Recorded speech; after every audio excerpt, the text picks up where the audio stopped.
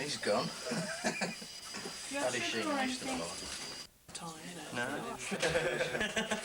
You got your cup of tea? Oh, no, Not had this long, have I? Some of these people are dead now, I think. He's gone. Daddy Sheen used to love. No. Alright, Jake. Yeah, yeah. Is it they're going black and white, two that's it. You on shot there? Right. Alright, Fiona. Nice, isn't it? Smart girl. Where's Neil gone? Yeah. And they're pretty happy. Yeah. It feels safe. Yeah, it feels fine. It's not that much of a wind outside, is it? Well, No. there's no grips in there. Right. Oh, it's all sparkly. Oh, good. It'll will in the sun then. Yes. Yeah. Right. Should we go into the garden? I don't know if Simon wants to do them in the garden. I won't took the bed off the lawn for the bed. That's right. No, I do we not. Okay.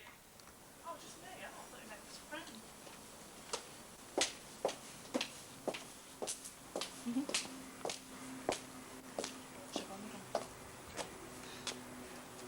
You carry on. Thank you. God, don't Okay, ignore you want me. to just stay into the Stay into the sun, yeah? Yeah. Try this. Yeah, turn your head.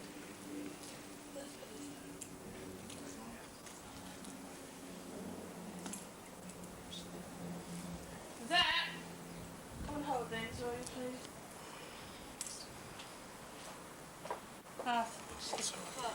Just keep an eye on the spec. Right, let me see. Face, turn your head that way. And just look this way.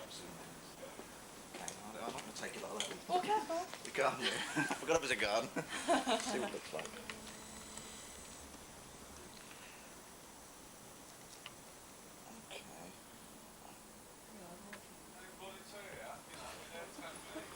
Okay, that's good.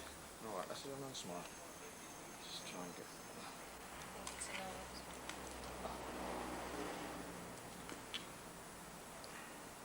Okay.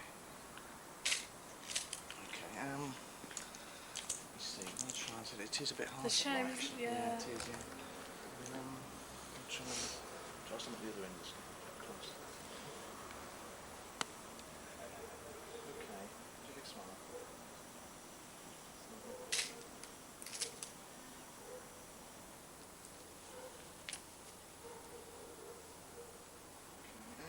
Try crossing your arms. Might lift your shoulders a little bit. Just so. That's lovely. Do that again. That's beautiful. Lovely. Okay. Let's try turning towards me now. And put your head down and look up.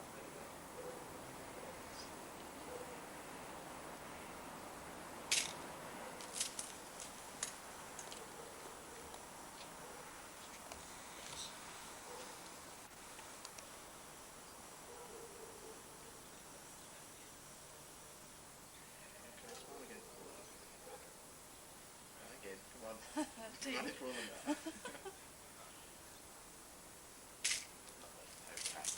Right. You want to get in on the action? Yes, come on. Yes, you do. Okay, well, I'm going to have a bit of affection here. Get close. That's it. We're all my eye makeup, right? White So, side. you've got a nasty shadow on there. Am I? Oh, So yeah. that's Can't it. you see it? Yeah, Yeah. okay. How about this side? Yeah, might be an idea. Yeah, try chopping that. Okay, yeah, Come at on. least your shadow doesn't cover her face now, so that's the main thing. If you just turn in a little bit. Tell you before we're going to do anything. Okay, if you'll both look up and give us a smile.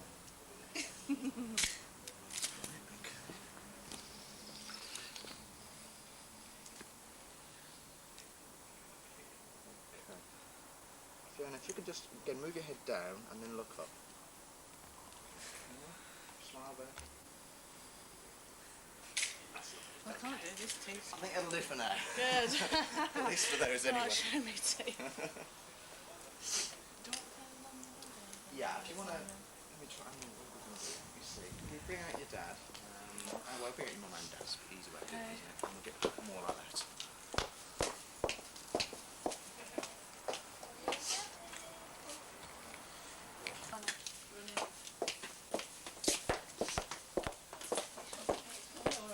Yeah, I'm afraid it's put a bit of hole in your lawn. That's the only bit of place we can use, actually. So, What shoes we're going to choose? have you in the middle.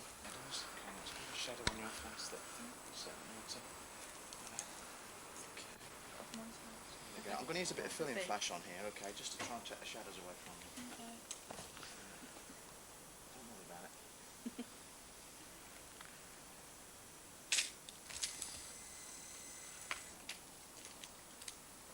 Did what? Always close. Oh, not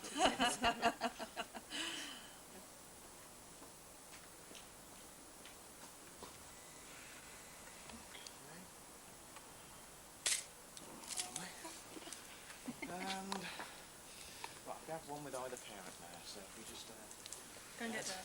okay. You'll be next, don't worry, I'm not neglecting you. Go and Okay, get your do you phone. Now's the just time to tell me. Find bit of that affection, Don't just they? arm around each other at least, that's it, that's lovely. Okay. Alright, so again, if you can keep your head down, look up, not right into the ground, just a little bit, that's lovely, yeah, good. And same with you, if you just look down a Look little down bit, a bit. yeah, and then actually look up, so just move your head down a little bit, but actually be looking at me. Okay.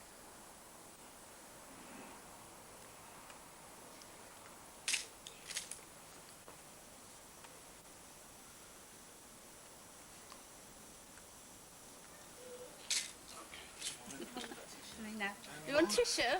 Yeah. Is it still running, is it? Yeah, it's just a still on the No, it's a bit, that's the disadvantage of a beautiful day, as I say, it does, Yeah. it does play havoc with the eyes and the shadows.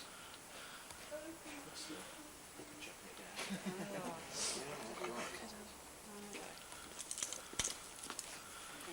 Yeah, at least arms, at least that.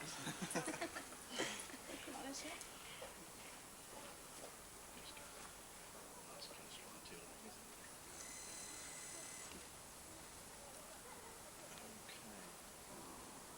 That's it, lovely, okay. Right. It's lovely.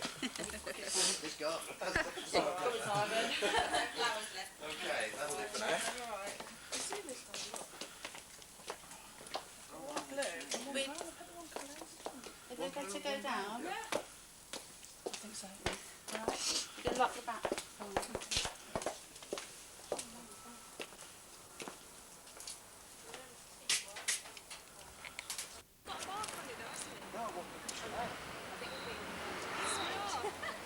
Go and do tap dance for me. It's dark and then I think it's got darker. So it's not perfect.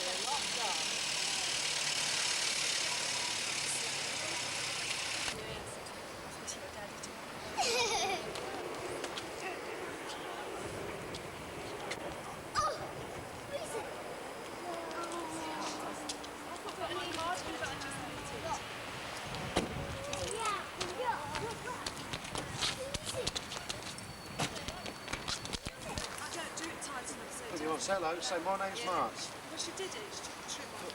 Go on, come with it. And then Not getting me off the Should really say something like, here we are at the shotgun wedding of Mark. as well. Just stay there.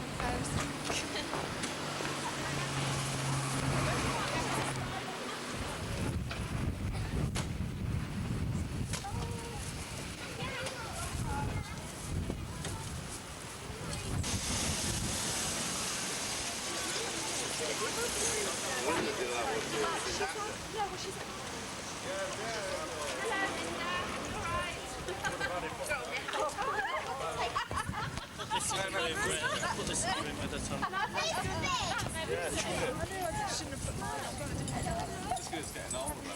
How did you get your hat on, Audrey? I didn't think there was a pretty... Neither did I. I don't even know, I'm going to put it on now, is that right?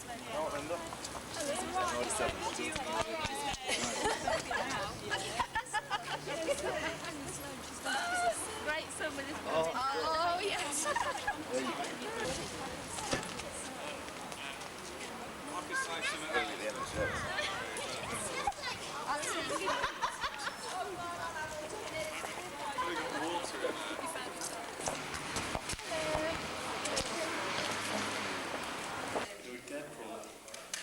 You got the right filter, haven't you? He's got a suit on, look at that. I know, amazing, eh? Fiona, all right? Yeah. Gary, can you feed that name over June? June's better off doing it. Can't do that. You have to go around with them.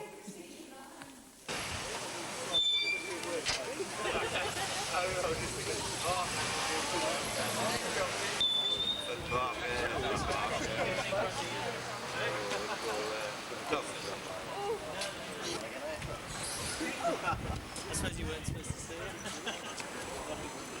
Well, 5 minutes. 10 minutes, she come, wouldn't she? Oh, yeah. She come in. She's there. Just about the...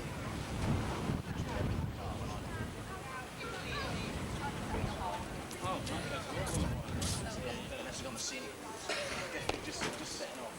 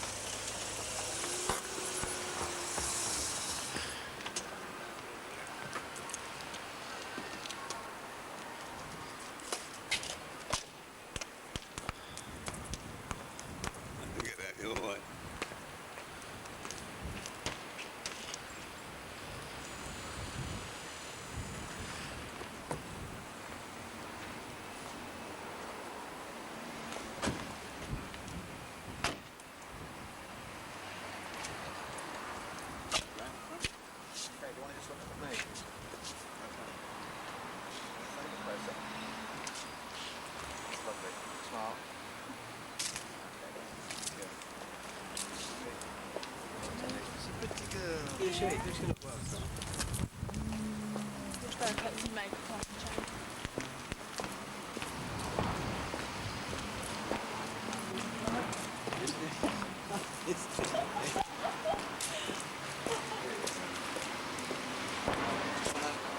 Try and walk that way and then stop at the door and just turn and look back over your shoulder. Okay, back there.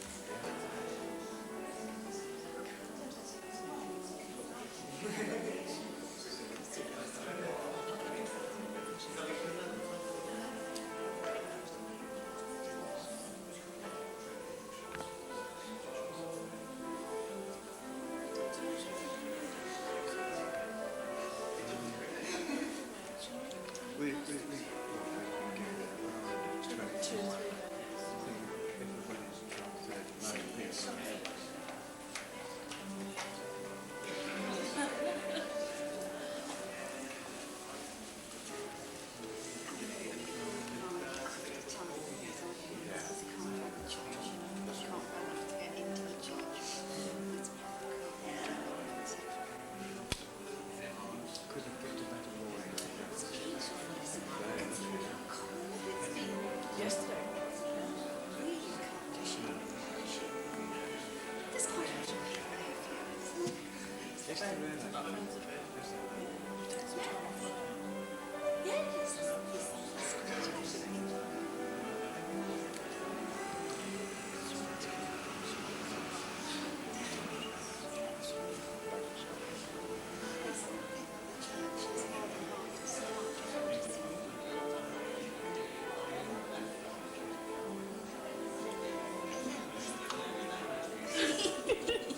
I was watching the clock go around this morning.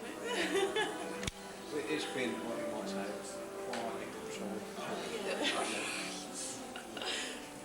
People asking each other. People asking each other. Would you like a cup of tea? It's the way to look positive. I don't think it's time to think.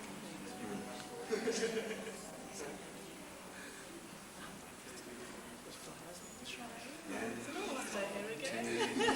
Just for this. Tea and toast. Yeah. Quite nice having it back out for the day.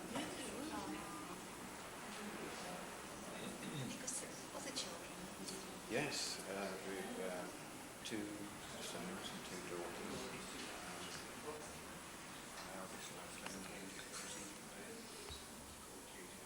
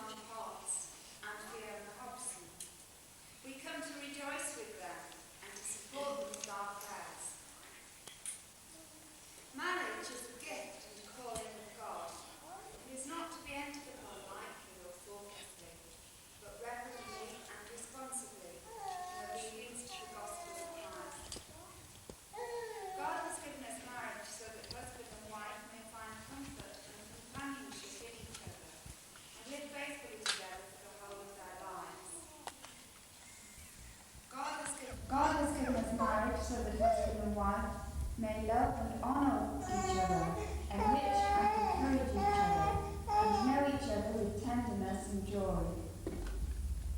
God has given us marriage so that husband and wife can join together as Christ with his church, may be a sign of unity and mutual commitment for the enrichment of society and the strengthening of community. This is the way of life that Martin and Fiona are promising to live today. They come to give themselves freely to each other, to exchange solemn promises, and to ask God's blessing on their life together. If any know of any reason why Martin and Fiona may not lawfully be married to each other, let them now declare it. I now ask you both to say that you know of no reason why you may not lawfully be married. I do solemnly declare. I do solemnly declare. That I know not. That I know not. Of any lawful impediment. Of any lawful impediment. Why I, Martin John Fox. Why I, Martin John Fox. May not be joined in matrimony. May not be joined in matrimony. To Fiona Hobson. To Fiona Hobson. I do solemnly declare. That I know not. Of any lawful impediment. Why I, Fiona Hobson. May not be joined in matrimony. To Martin John Fox.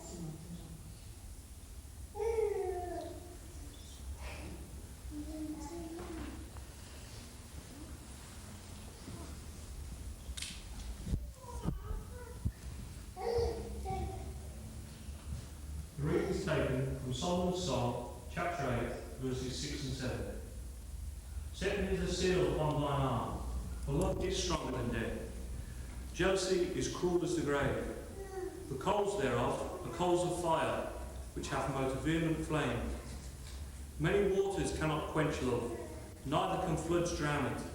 If a man would give all the substance of his house for love, he would be utterly content. It's the end of the reading.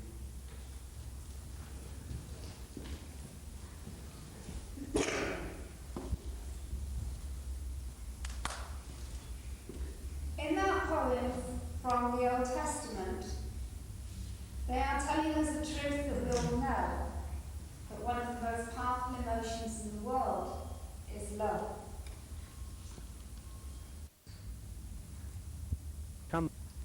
I think a great deal. Because the love that the Bible talks about is not the emotions that we all recognise, the romanticism, the pleasures which can easily come and go. The love of God is about an act of will. It is about a deliberate intention, the way you live your life. It is about how you look at other people. It's about recognising that each one of us is unique, absolutely unique. A miracle in our own right. That's what each one of us is. And true love recognises that in the other person. It respects the other person for what they are. It does not attempt to possess or to control. That's easy to say and hard to do. It's particularly hard to practice that kind of love with people you have to spend day after day with. You can be friendly to the people down the street, but when somebody has not put the top back on the toothpaste for the umpteenth time, loving can get tough.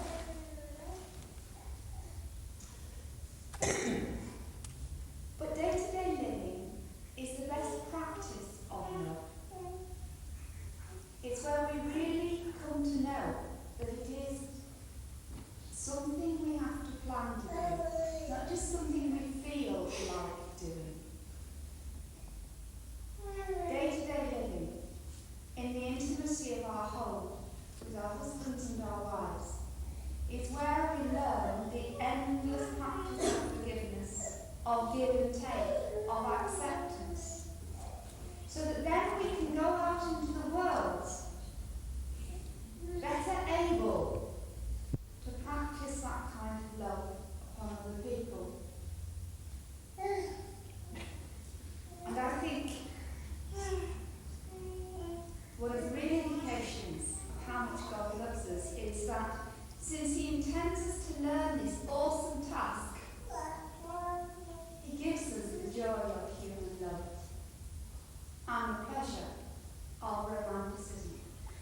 So that there is a little bit of sugar and icing on the juicy. And there is joy. And there is a great sense of utter fulfillment in our relationships with one another. Martin and Fiona, this is what you are promising to commit yourselves to today. And we wish you great joy in the adventure of life and love. God bless you. Let us pray. God of love, ever gracious and ever kind, we pray for Martin and Fiona as they take the vows of marriage. In repentance and in faith, they know you as a God of mercy and new beginnings, who forgives our failures, restores our wholeness, and renews our hope. God of love, ever present and ever faithful, may Martin and Fiona be conscious that their marriage is both your will and your delight. May the promises they make govern the life they will lead. May your presence surround them, your faithfulness encourage them, and your spirit strengthen and guide them. Through Jesus Christ, our Lord. Amen. Now, would you all like to stand for the promise?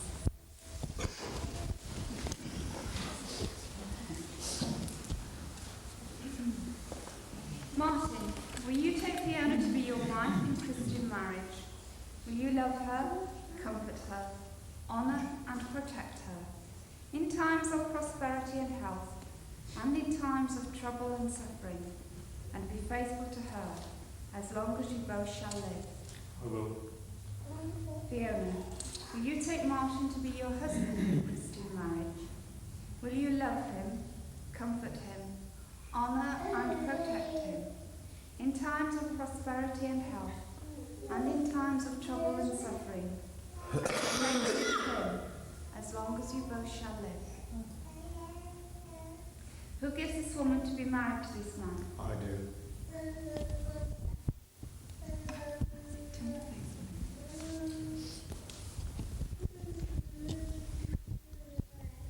I call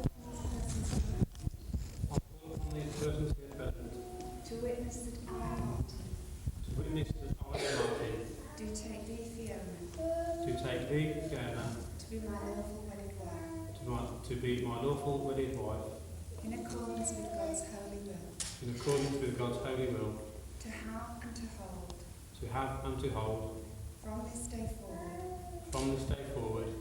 for better, for worse, for richer, for poorer, in sickness and in health, to love and to cherish, till death us do part. This is my faithful promise. I call upon these persons here present to witness that I, Fiona, do take thee, Martin, to be my lawful wedded husband, in accordance with God's holy will, to have and to hold, from this day forward, for better, for worse, for richer, for poorer, in sickness and in health, to love and to cherish, till death us do part. This is my faithful promise.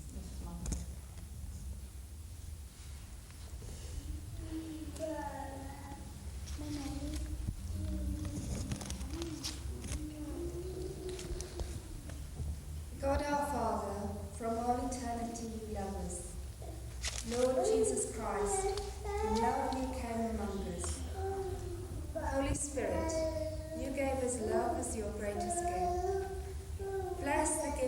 receiving of these rings, symbols of unending love and faithfulness, and reminders of the promises made this day. We ask it for your love's sake. Amen.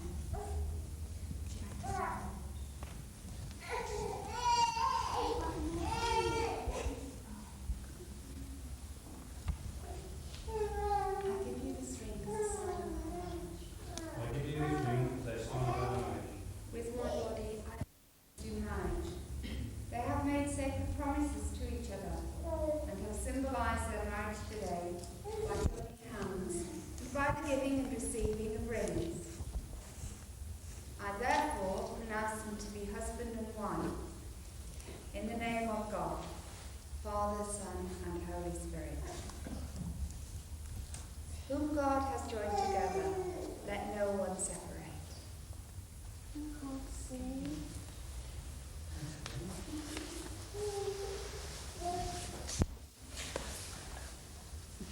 Martin and Fiona, may the Lord bless you and take care of you. May the Lord be kind and gracious to you. May the Lord look on you with favour and give you peace. Amen. Blessed be God the Father, who gives joy to the bridegroom and bride. Blessed be the Lord Jesus Christ, who brings new life to the world. Blessed be the Holy Spirit of God, who brings us together in love. Blessed be Father, Son, and Holy Spirit, one God, to be praised forever. Amen.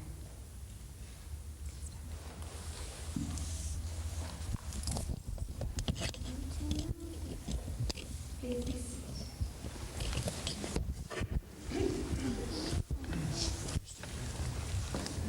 Let us pray.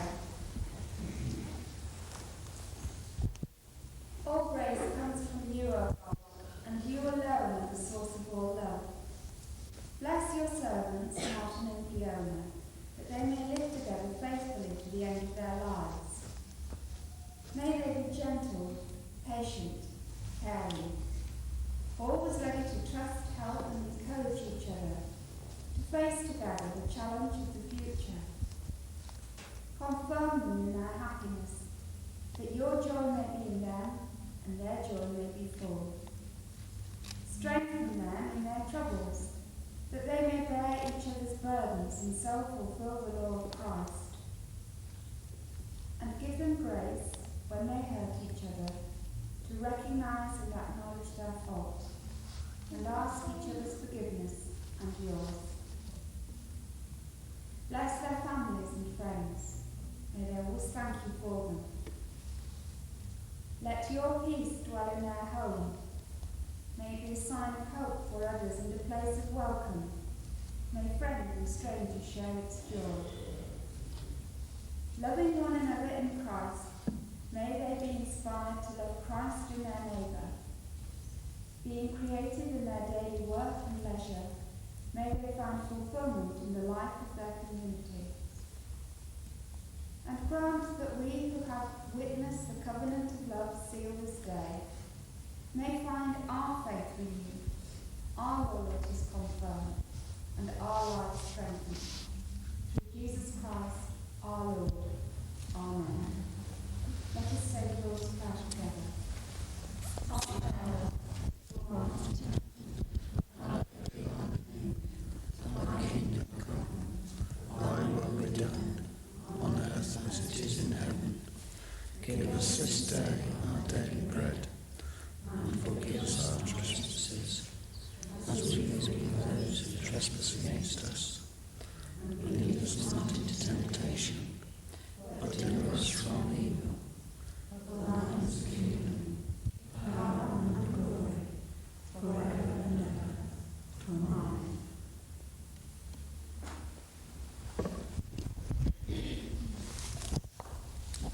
Our last hymn is appropriate for this season of the year, hymn 36.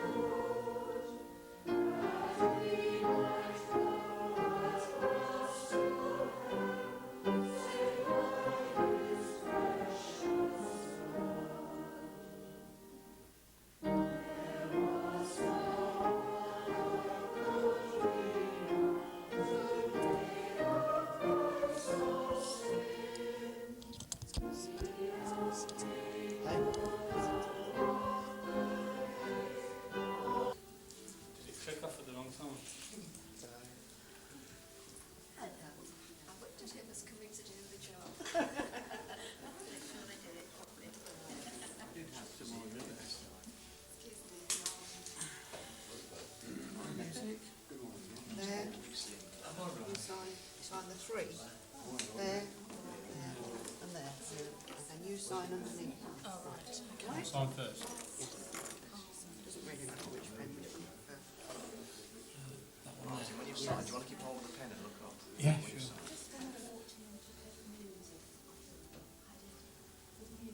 Can I sign this one? Okay. As well.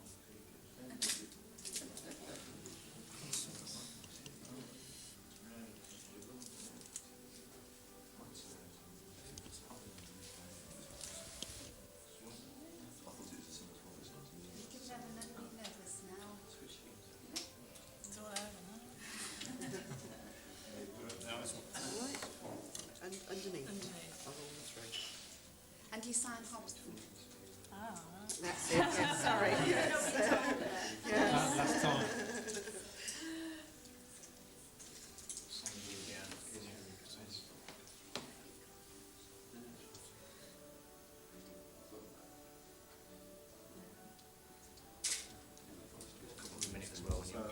Okay.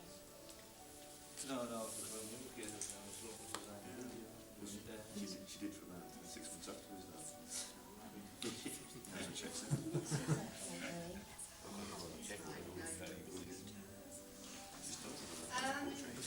Jim, Before you two leave, you're one a of you witness. together. If you sign against Martin's on this line, Yeah, on the top top line, line, look. okay? All right. There, like there.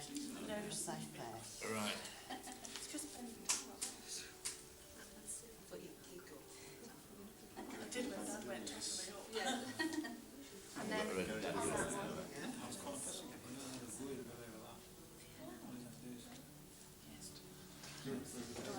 Yes, good. That's it, that's it. and then it's Suzanne.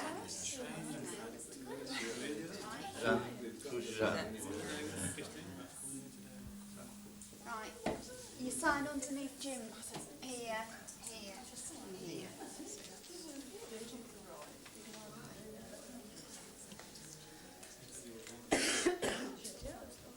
Keep signing these documents. I know I don't.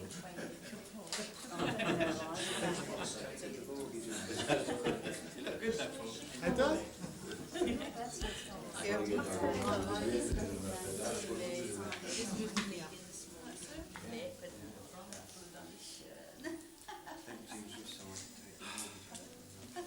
He doesn't know that. Mrs. Potts. Mrs. Potts. My voice. It looks super. Thank you. Yeah, both look well. Thank you. That super hat.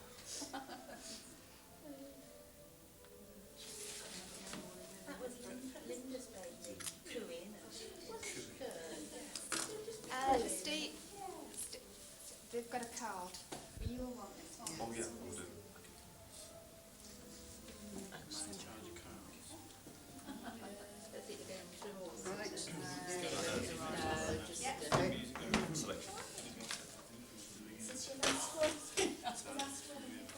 Oh, shut up. Is it?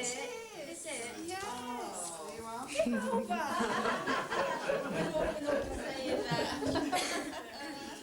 Oh, I might burst into tears. Yes, it is. It is my last, maybe my last wedding sometime. Of course, yes, you're not doing the ordinary ministry, are you? Is it not be a permanent job that you're going into? I'm going into a permanent job, but it's not in a local church, you see. It's just sort of like church. No, well, it won't. You could come back to having a church later on. Yeah, okay. You decide. Martin.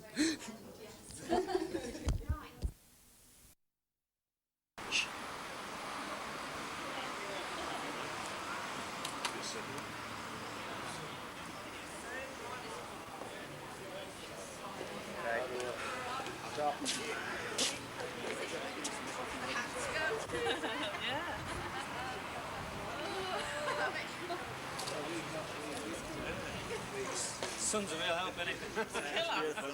Just fill in.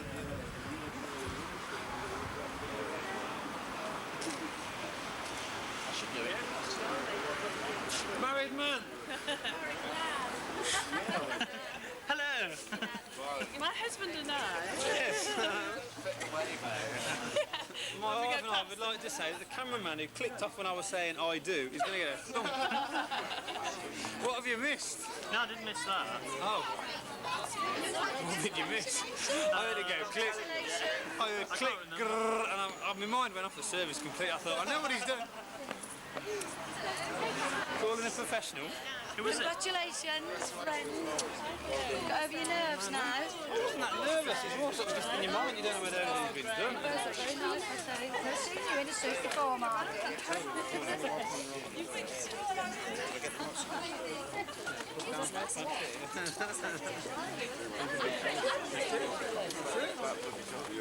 Nice service.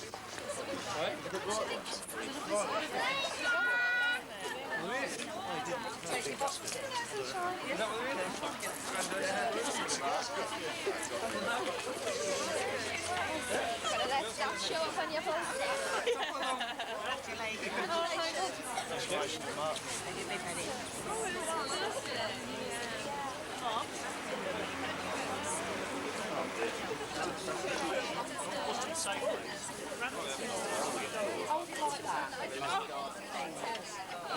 You might spoil it. Still recording. Right, yeah, got it. Oh yeah, good. Just where? Similar time the camera. Had a sherry. No, Congratulations to the husband. no problem, man. I'd have done it years ago.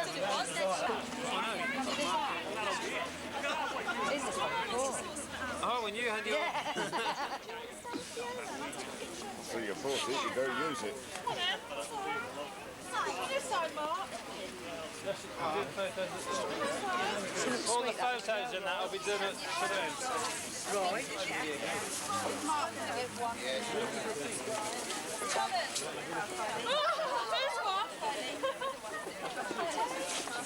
Thanks, Anne.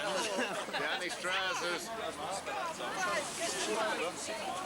Oh, Timmy sweet. Lovely.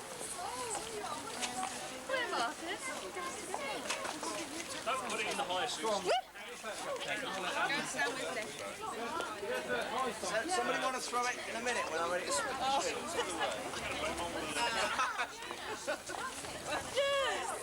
Hold on, wait, it counts to 3. It'll have to be, you'll have to be more that way because of the sun. Yeah, right, fine by me. Just stand.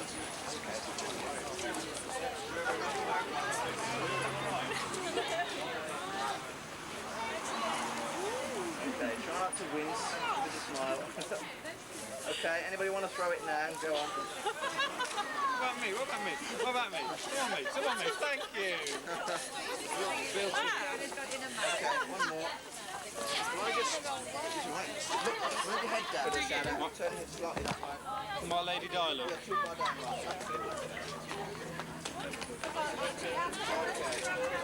Oh, my eye makeup's winning.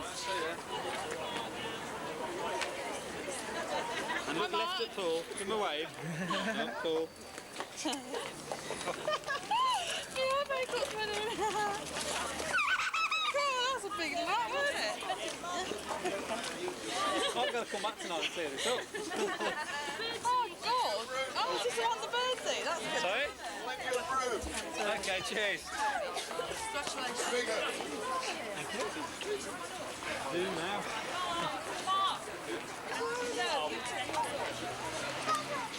What's that photo, Mark?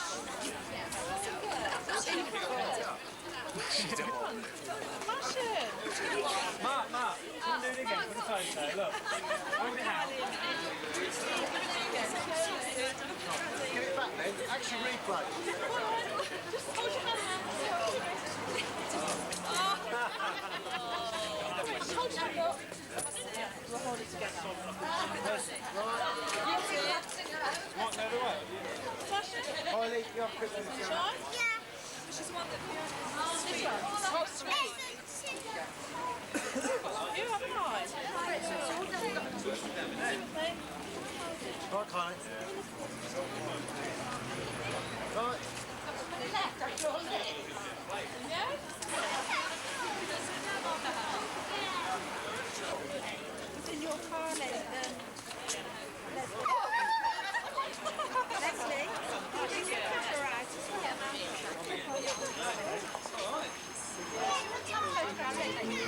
Yeah, go on.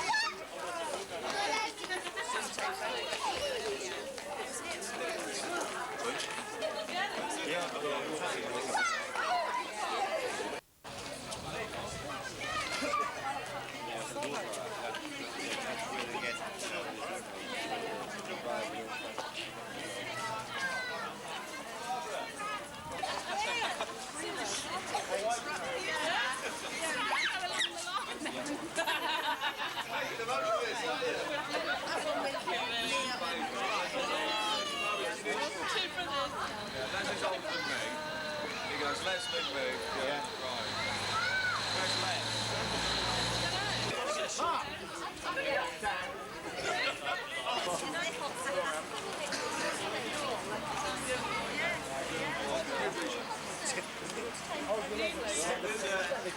Get Les children.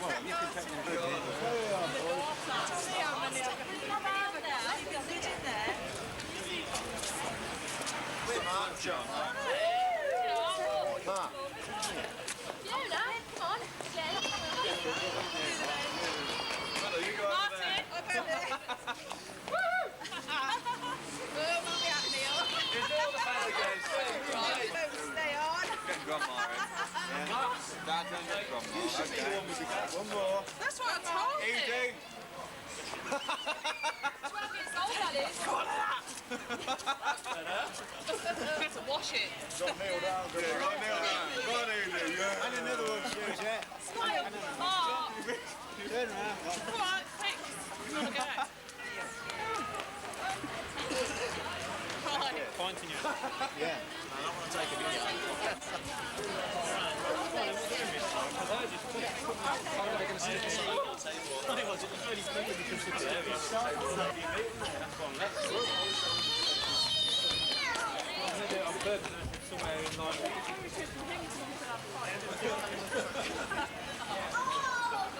Using you as a reference, as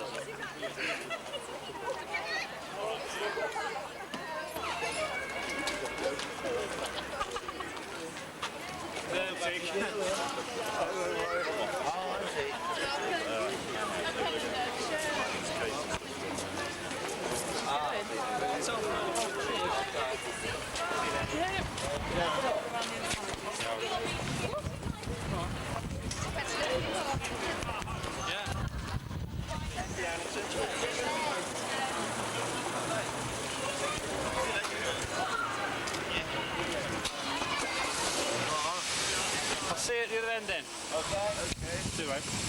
What do you got?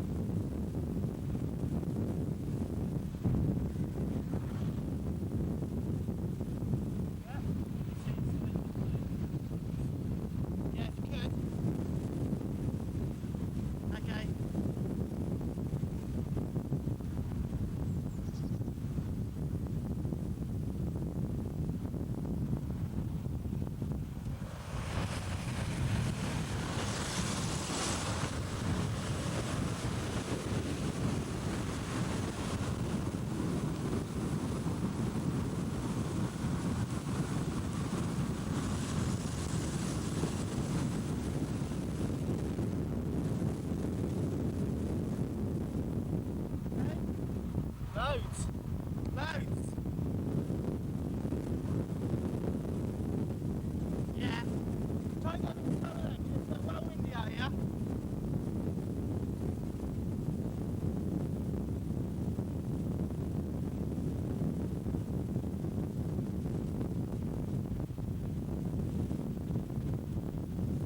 Okay.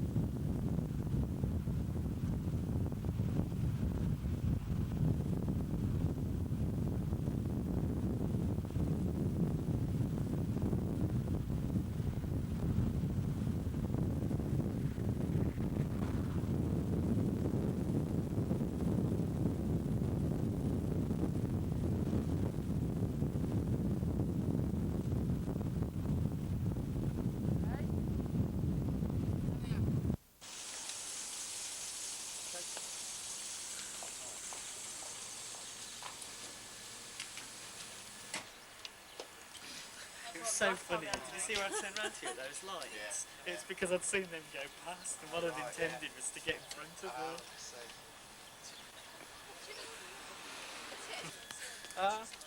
We're having the normal bath in here. Oh, yeah. But there's people in there eating, so we said it'll be half two. Well, we can do the photos if you like. Yeah, that's what I say, we do all the photographs first, outside.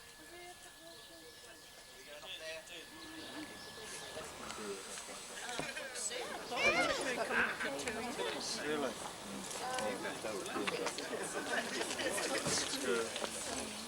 Do you have any physio? Oh,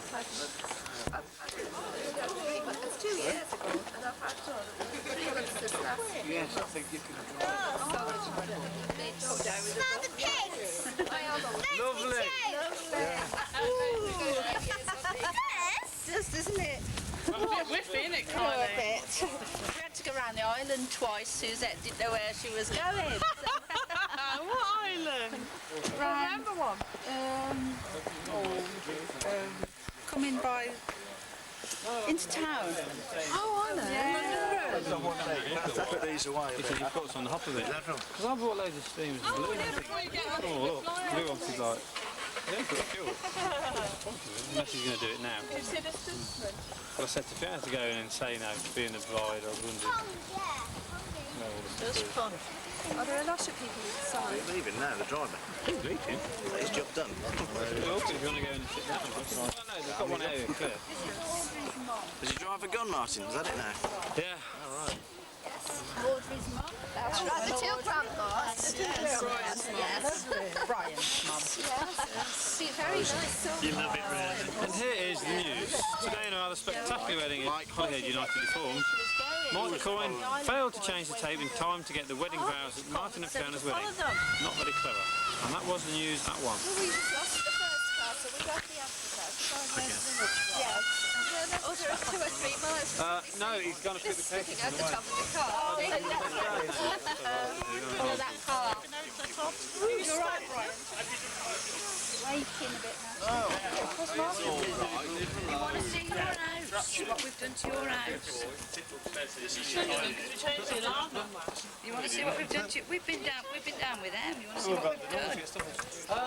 Toilet rolls and all sorts. I've got all the photos of the night here. So if you want to buy a drink, come back out. I've always gone to get some drinks. Why don't you come back out? You've got your presents in your car. We've left it in the car and we haven't locked the car up. Where do you want these in there when we go in there? Yeah, well, I'm not sure. It's only to we thought we were getting No, it's fucking your ass. You're going to have to... Yeah.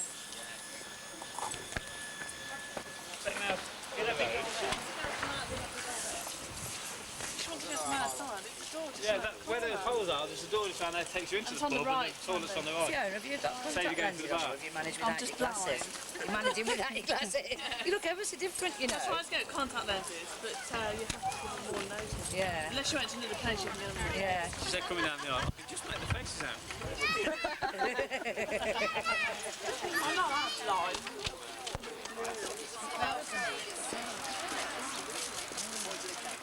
I take it Steve hasn't got that one from you.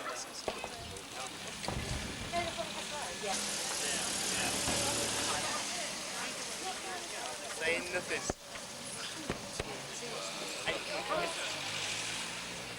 No, I'm just a friend of Marcus that's doing it. Mike. It'd be really nice if we caught the words I do some point. Yeah, but you can deny them now. Deny that you ever said them. Oh, yeah. Where should we go for photos? Oh, he knows. He's the man. He's the boss. Basically, somebody to organise it all. What if that smells dinner? Well, I can shout and scream. Look, Steve will be in a minute, I think. Stick around for a minute. We've got to Make it take. feel as if Yes, okay. What's the name home? And then go back to your day. Yes, see you. Well, he hasn't got to take the mother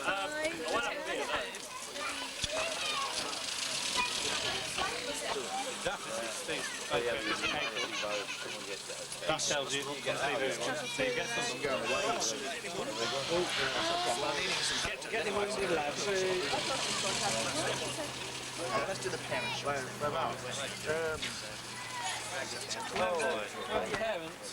where are we going? Task? I think it's because I know you. I keep looking. Actually, just check the red lights on, because if it ain't running, we'll be trouble. I thought it was your aftershave. And then I was going to see I'm going to grab you then.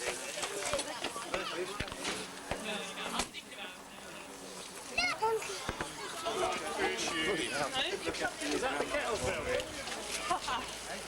Elaine just said, shut up now. What's this about the room, different rooms?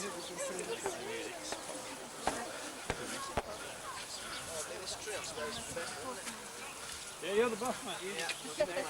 You give you one that's nice shout. Bringing your hat on or You're not? two in the middle. And then...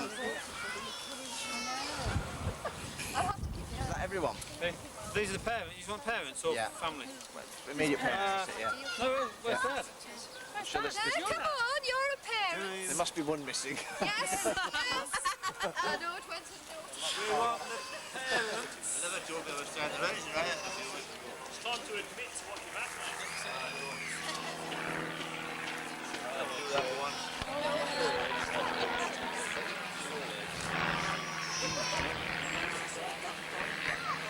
It's spelled down again. I'll try it. If you blow low, that's it. Stephen, are you here?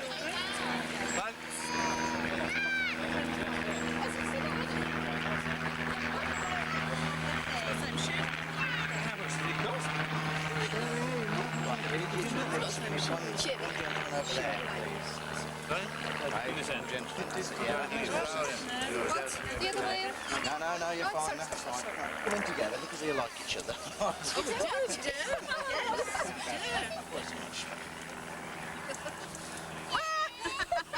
Oh, great. Dad will be ready. Oh, yes, get his hand on the back to keep it on. That's it.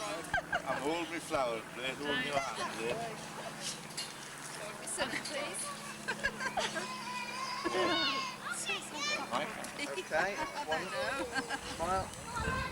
Ready?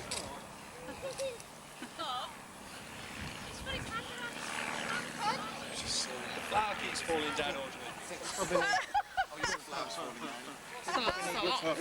Don't you tip it again. Jane Collins. They tell you, Mum, yeah, right. He's going to tip it in a minute.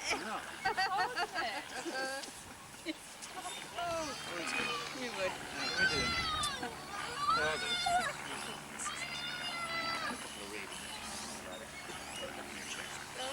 I don't have a Christmas movie. Stand back again. I can't move my head now. What are you blooming at? Sorry. He's trying. The main people. No. on. Slightly cosier that one. Okay, that's lovely. Slidable. Can I go backwards, Anne? Oh, great. Okay.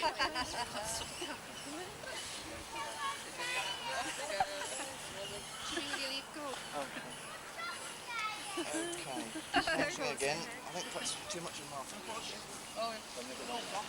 It's big enough. If you want it. Sorry to boss you around. No, do it, do it. Okay, that's good.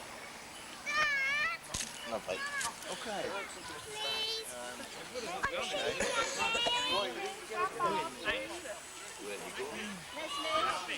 Come on.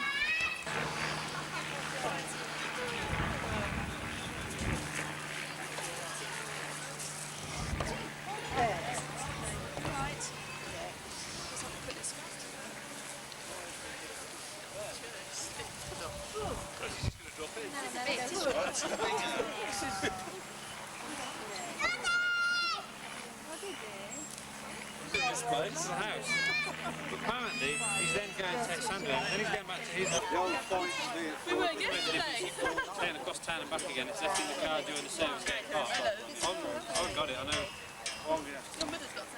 We'll take a couple of minutes till Steve arrives. I'll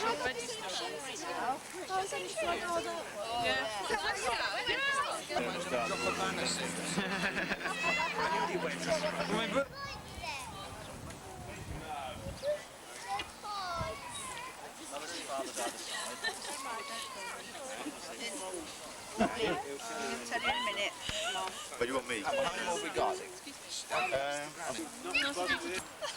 Nearly got you in, but still a little bit more condensing. Not Martin! Do that again so we're all smiling. That'll give us a good smile. You're smiling, Bart. Watching Jeremy Meadles about. Okay. Look at. And do you want to lose the crutches or do you want to?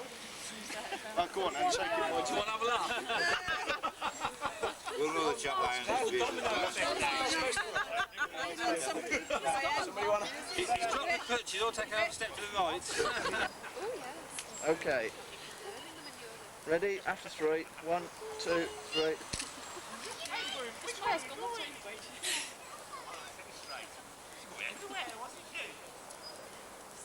Okay. Right, a slight change. We'll have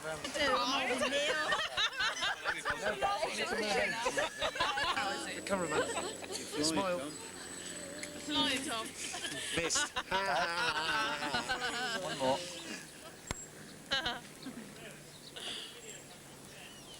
Ready? 1, 2, 3.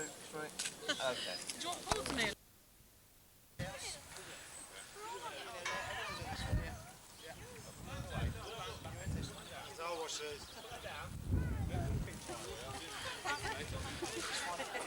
I'll try and arrange it a bit better. Love him. Hello. You have You come in there. You and You need to Steve, condense how it a bit more. terrible. Can you just smooth out a little bit more? So, yeah, right now. As long as I can see everybody. Oh, yeah. As far as you can with that. Do you want to go behind that? Normal pose. You can still see your face, but just leave it again.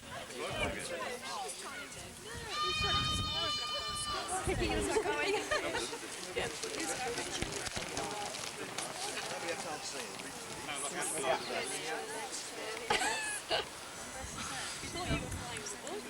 Well, I thought it was me first. Don't want it, leave mine. I'm holding my jacket. We were waiting for what you're going to do when you were going to parachute down. Weather better. Really nice for you. Did you say you were last night? Did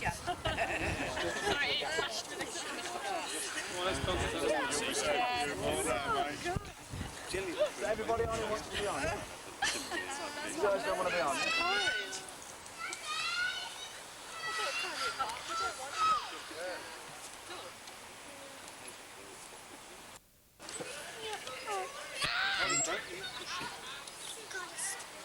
Right, That man's videoing you. look at that man over there. where you're going.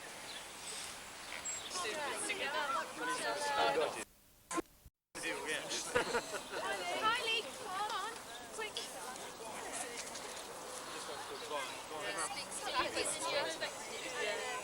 The three gentlemen at the back there, just bring yourselves forward so I can see your face. Yeah, or even stand on tiptoes, whatever, it doesn't matter, just so I can see your face.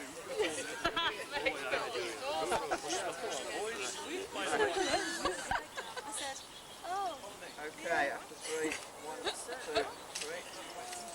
Just a couple of sectional ones now. That's the news of the competition tonight.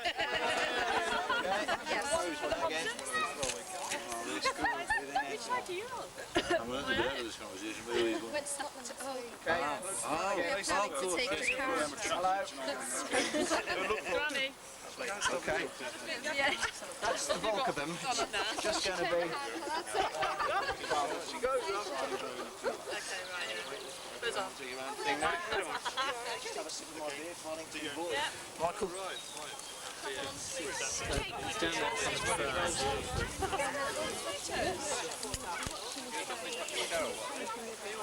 I'm saying one either. I haven't got flash release, it's pointless. Oh, I'll get rid of one, I think the microphone did pick. I hope he didn't pick it up either. Right. Yeah, go on. You'd be amazed at the sound on these. Really? You didn't get that, did you? I'm saying nothing. You can do it when you're married.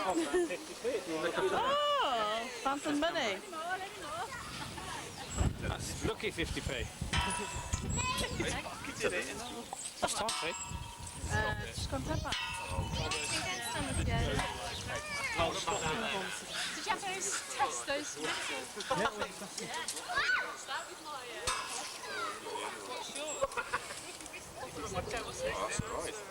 you want one sitting on the back of the rabbit? No. Sit on a swing. no, it's not comfy. No, shut the kids up. Kids are on the swings. Oh, Mark. Not doing that, that's a child one, sitting. They just said, forget it, haven't they? We need you in a minute. All right. It's alright. 5.2 and less is alright. Oh no, I'm not complaining about what I have. Oh dear me, that was only a quick... Did Annika? Does this thing listen as well? Oh dear. Isn't the cameraman smart? What a beautiful day. It's lovely, isn't it? You want a performance, anyway? I'm so looking forward to lunch. Good one this morning.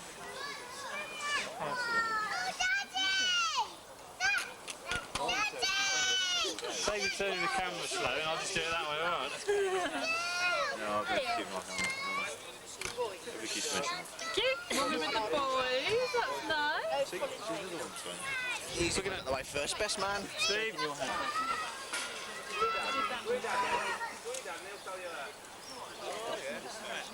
So was there anything else? Photos. I didn't think. Great. Cheers.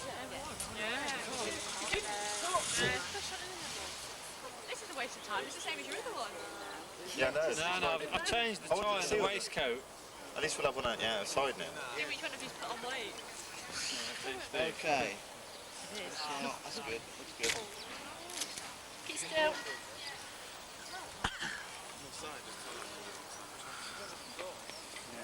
Well, after meal and then tell them that we're not accustomed to this. Yeah, wait till you've had your dinner. Yeah, I'll test the brother. Don't find the cake until you know we've already... I did, Mum, yeah. Oh, you got spook, haven't you?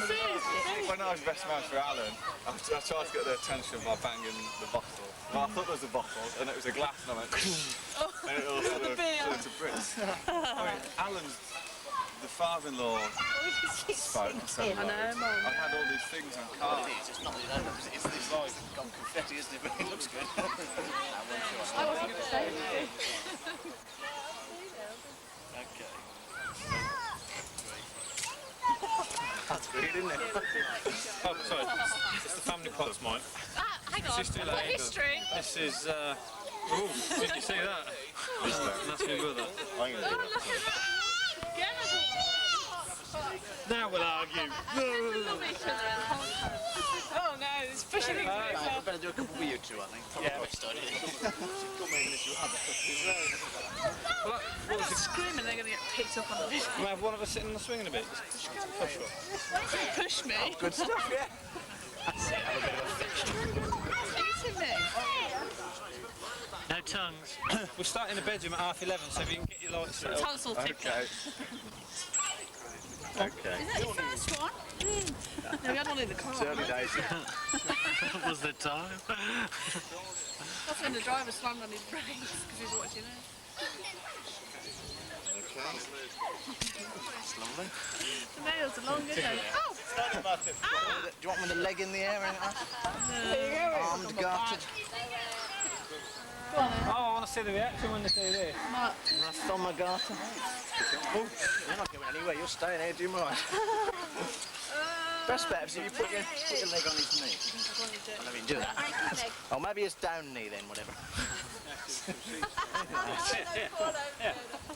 Don't let me fall over. I'll tell you for stockings, lads. For the garter. There's the garter. There, and I'm holding this. Okay. Closer. Set up a gap. Very lady. I'm really sorry about this. Something like that. Yeah. And Martin's got a smile on his face. Okay, if you want to look up, and you, Fiona. No, he did Andy's. Lift the dress a bit higher. Not Yeah, a bit higher, higher, higher, higher, higher, higher still. Okay. Lovely. Okay. That'll do for those ones, I think. I'm going to be. You want me still there? Sorry. Yeah, if you want to, we'll have a couple more with the parents. I think. We haven't talked about that. Just give me 2 minutes then. Yeah, Got one of the grannies. not on the... Wow.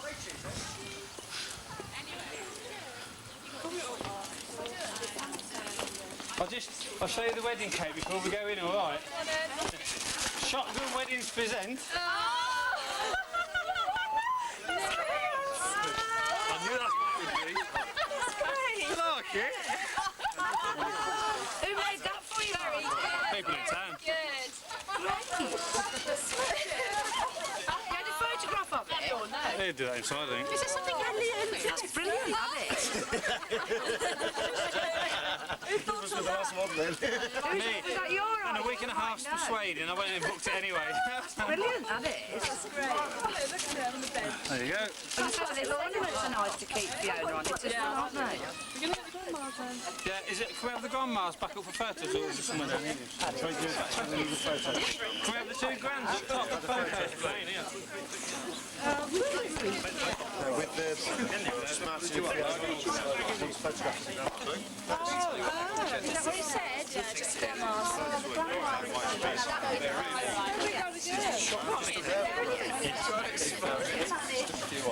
Where's my gram?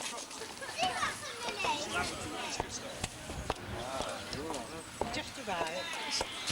And where do we go? Walk this way, young ladies.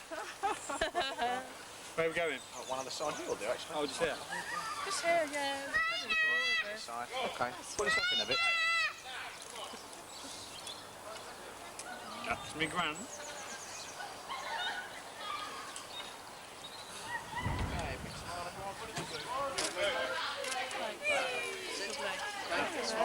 Yeah, smashing. Lovely. Head and shoulder shot. I want my grand on my own. Okay. It's all money. It's no wonder when he's following the house now. Yeah, I'm having my single bed honeymoon suite off my grand. Okay, ready? It's gone very well. Lovely. Thank you. Cheers. What we're going to have first of all is Brian's going to say a few words, and then Martin's going to follow on with a few words, and then myself, unfortunately, I'm going to say a few words, and then so I understand Mark and Phil here. We're not! We're both going to get up and say a few words themselves, and then Thomas just had a word with a couple of seconds ago, and he wants to give us a song after that. So that's the order of the thing. So Brian's going to come to where the floor.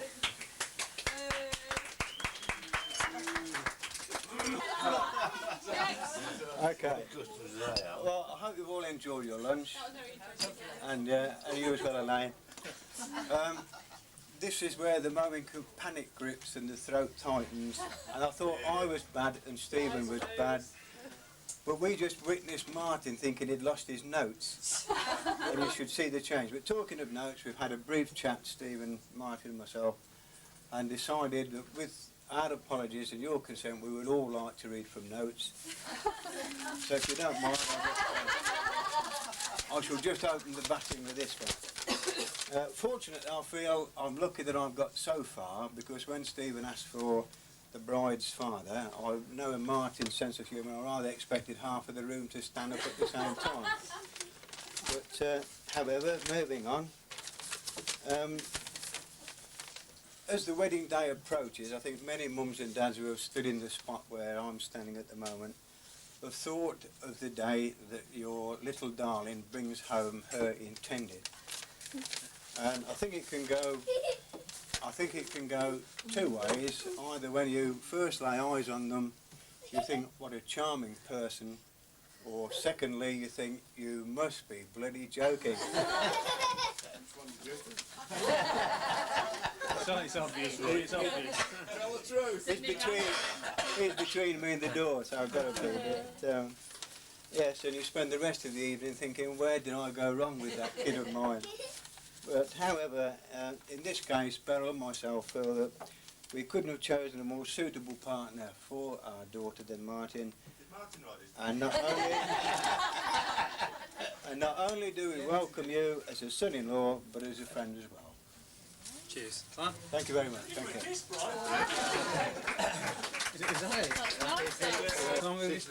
One of Martin's plays. Go outside, Martin. No, you can't move now. You'll have to bear with me on this one.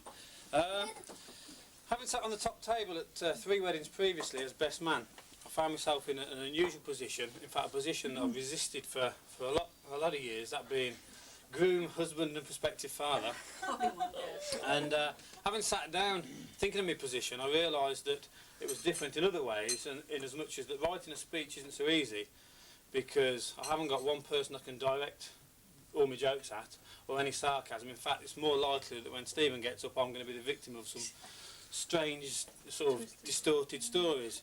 So what I thought is I'd have a quick jot down of the people that I'd like to thank. And then I started thinking about the people that would be here. So before I actually go into the formal part, and I have got a few thanks and I'd like to say them, you have to bear with me. But before I go into the formal part, I'd like to talk to a few of my friends in particular, those being Phil, Mark, Roy, Gary, my brother Stephen, but definitely not Brian, because when I thought about the wedding, I thought all these people together, I jotted down a list of tools that I've lent out over recent weeks, and I haven't actually seen. We've got lump hammer, spirit level, plumbing tools, a straight edge. If any of you lot have got either of these... Well, you've got the presents, Martin. Right, yeah, I've got them all back. Cheers. Have they got the plant number on them? Right, I'm going to go through a list of thank yous. I hope you don't mind. I'll do 2 sort of general thank yous to start with. First of all, since Fiona and I decided to get married, which came on us as a surprise and a rush as it did to everybody else, we sort of sat down and started to do some planning. This is after having got past the who's going to tell Beryl I'm pregnant stage. Once we got that out of the way, we were all right. So we decided to go ahead with the wedding, and we had a fair bit of support from family and friends, and rather than specifically name people at this stage, I'd just like to say thank you to everybody who did help out, and that sort of saves the risk of missing people out. And sort of on a general thank you as well, I'd like to thank you all for coming today and for your gifts. I know a lot of you have had to take days off work. It's much appreciated, but from our point of view, it fitted in a lot nicer today in the middle of the week than it would have done to find a weekend that we could do it. So thanks very much for coming. Sorry? Yeah, another one. Well, I'll get to a few some more personal thank yous now, if you don't mind. Firstly, I'd like to thank Suzette. There she is. Suzette and Fiona have been good friends since they were at secondary school, and from my knowledge, Fiona has always promised since that time that Suzette would be chief bridesmaid. But it's very hard to be chief bridesmaid when you've got no one to be chief over. And so unfortunately she's missed out today, but she did sign the register for us, and we very much appreciate it. And in token of a thanks, we've got a small gift in here that I'd like to give to Suzette. And whether it's customary or not, let's have some applause and cheers.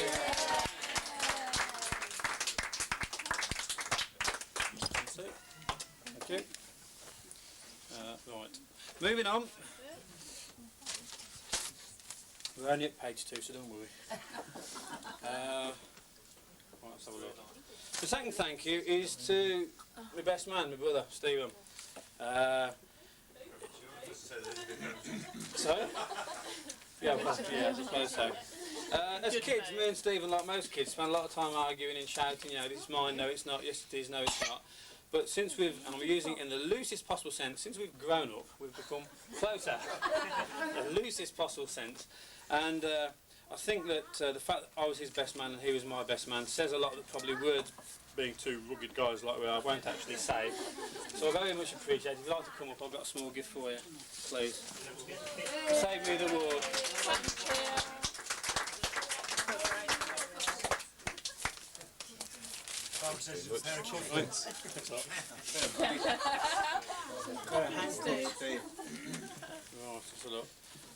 The next thank you is probably, as you guessed, towards the parents. To stand here and thank both sets of parents, my mum and dad and Fiona's, for the last 25 years and what they've done would be a bit off, because I've only known Fiona and Bert for the last 5 or 6. So I'll start with saying thank you to both sets of parents for all they've done for me and Fiona during the time that we've been together. There's been moral support, financial support, bit of counselling when it's been needed. So we thank them very much for that. And just to say that if they think because we got married it's going to get any easier, then they've got it all wrong. Because if anything, it's going to get worse. But being best man, sorry, I'm not best man this time. Being the groom on this occasion has 1 or 2 advantages, one of which hopefully I'm going to benefit from now. Being the speech maker out of the two of us, it allows me to make a personal thank you. Although the words that I'm going to say, I hope you can relate to Fiona talking to her mum and dad, but as the speaker I'm allowed to have a bit of a go. As a family, the Potts family, and for those of you who don't know me, that's Dad and Mum, Jim and Audrey, Stephen, who you've just seen, Elaine, hiding somewhere in the background, down there, and myself. We've never been one of these sort of families that goes over the top with external signs of affection in terms of kissing and hugging. It's not been every time we leave we kiss or hug or whatever. And I think this comes from a time when we used to be strapped in tied down in a pushchair, and you'd get the gran giving you the kissy, slobby kiss and all that sort of thing, and squeezing you so tight that your 90s, 60s Pampers equivalent didn't stay dry and clean for very long. I think that's where it started from. So we've never actually shown that sort of affection, and it gives me a chance now, while standing up, to tell my mum and dad how much I have, have appreciated everything that they've done. And it also gives me a chance to do something that probably hasn't happened since I was 7 or 8, and that's to give my mum a kiss in public.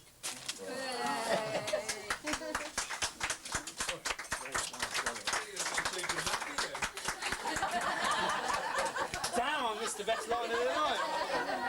Sorry, damn, I missed that. Yeah. We have actually got 2 bouquets, I hope, somewhere, or he's going to run out and get them.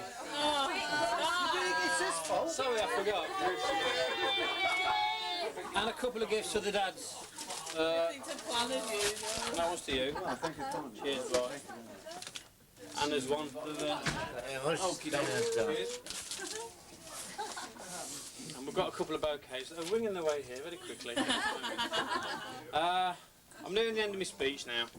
I've got one last thank you, one obvious thank you, and that's to Fiona. It's going to be the shortest of them all. I don't think I need to say a lot. The day itself, what went on this morning, really says the necessary. Other than thanks for your love, thanks for being there when I need you, and thanks for being my life.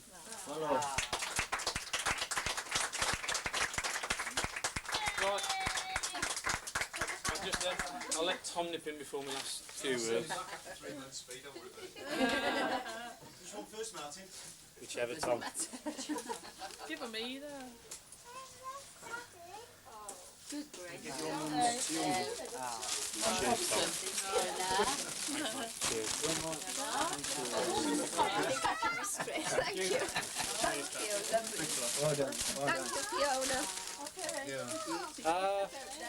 I'll wrap up now. I'd just like to say again thanks to everybody for coming. Thank you to my gran. She's provided us with our single bed honeymoon suite in Newcastle. Apparently we've got a cam bed or an air bed that we can take from here, so we'll be alright. Yeah, that's it. I think I'll leave it to my brother. In preparation for a lot of crap that's no doubt going to be thrown my way.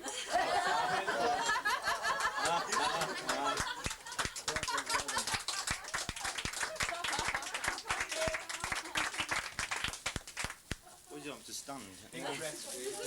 Down here? Okay. The way you want to do your song first tonight, Tom. After the other night, going on about how you could do this karaoke anytime, any place, anywhere. Yeah. I'd apologise to the start first of all, because I'm not a good speech maker. In fact, I've never made a speech before in my life. He says, I get carried away with the writing now, that's a problem. Now, first of all, what I want to do is I wanted to concentrate on a particular theme of Martin to begin with, which was his ability to have accidents and to be disaster prone. And that's what I based most of my stories on, really. I mean, there's far too many to mention today, but I'll go through them as best I can in chronological order. Now, Martin, as you know, I'll have known him for quite a long time. I've known him since I was, you know, a little child. but ever since I was born, actually. And I have it on good authority now. I've done a lot of research into some of these stories, ones that I can't actually remember myself. And I've used some, you know, research investigation procedures that I learned on my attachment to the West Midlands Police Serious Crime Squad. And at the first... Sure, you got the idea. I understand that the very first accident that he ever had was when he was about 1.5 years old. And what it was that my mum was carrying me down the stairs at our house. And Martin, being basically idle at the time, decided that he was going to get a lift off my mum's dressing gown. And he stood on the back of the dressing gown thinking he'd get a nice little lift to the bottom of the stairs.